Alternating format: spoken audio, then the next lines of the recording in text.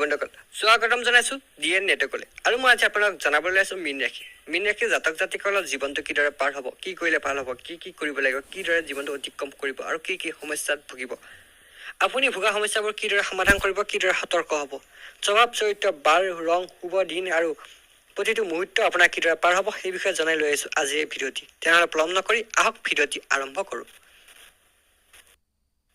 বন্ধুসকল এইখিনিতে এটি কথা আপোনাক জনাবলৈ আছোঁ, আপুনি যদি মোৰ চেনেলটিলৈ পোনপ্ৰথমবাৰৰ বাবে আহিছে তেনেহ'লে ভিডিঅ'টি লাইক কৰিব, কমেণ্ট কৰিব, শ্বেয়াৰ কৰিব আৰু চেনেলটি ছাবস্ক্ৰাইব কৰিব ঘণ্টা আইকনটো বজাই দিব যাতে মোৰ আহিবলগীয়া নতুন নতুন ভিডিঅ'সমূহ আপুনি পোনপ্ৰথমতে চাবলৈ পায়।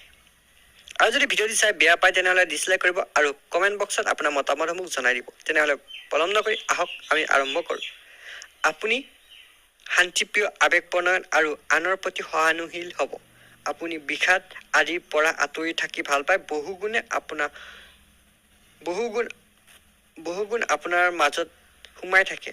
আপোনাৰ মনৰ ভাৱ বুজা টান হ'ব, বাহিৰত প্ৰকাশ নাপায়। বিদ্যাৰ ক্ষেত্ৰত সুনাম বৃদ্ধি পাব। প্ৰতিভাৱান ছাত্ৰ ছাত্ৰীৰ বিদেশত যাত্ৰাৰ যুগ আছে। ভ্ৰমণমূলক, প্ৰতিযোগিতামূলক ইত্যাদি পৰীক্ষাত আপুনি সুনাম অৰ্জন কৰিব। তাৰ উপৰিও আপুনি জীৱনটোৰ মাজে মাজে কিছু সময়ত আপুনি পৰিশ্ৰমী, প্ৰিয়ভাষী, প্ৰশংসনীয়, সুনিপুণ, সহিষ্ণু, পৰোপকাৰী এনেধৰণৰ চৰিত্ৰই আপোনাক দেখা দিব। লগতে আপুনি সদায় চিৰকালে ভাবুক, অনুভূতি প্ৰৱণ, উদাৰ, অদূৰদৰ্শী। আপুনি প্ৰায় শত্ৰুৰ দ্বাৰা পীড়িত হয় আৰু উপাৰ্জনৰ অনুপাতে খৰচৰ মাত্ৰা ঠিক কৰে। অতিশয় সপোন বিলাসী হয়, কল্পনা জগত আপুনি খুবেই প্ৰিয় হয়। এনেধৰণৰ চৰিত্ৰও আপোনাক দেখা দিয়ে।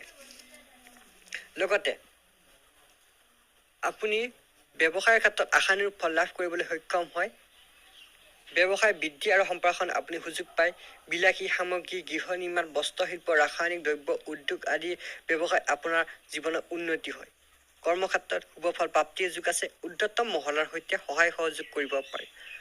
প্ৰতিষ্ঠা লাভ পায় আপুনি। চৰকাৰী চাকৰিত আপুনি সুযোগ লাভ কৰিব পাৰে। মনোনীত স্থানলৈ বদলি হোৱাৰ সম্ভাৱনা খুব বেছি আপোনাৰ। পাৰিবাৰিক সমস্যাই আপোনাক কিছু চিন্তিত কৰি তুলিব আৰু আপুনি সেই সমস্যাবোৰ ভালদৰে সমাধান কৰিলে নিশ্চয় সমাধান হ'ব। লগতে মীন, বৃষ, মিথুন, ধনু, কুম্ভ, মকৰ আদি পাত্ৰপাত্ৰীৰ ক্ষেত্ৰত আপোনাৰ বিবাহত যোগাযোগ শুভফল দেখা যায়। প্ৰেম প্ৰীতিৰ ক্ষেত্ৰত বাধাসমূহ দূৰ হোৱা দেখা যায়। প্ৰেম বিবাহৰ শুভফল লাভ কৰিব পাৰিব।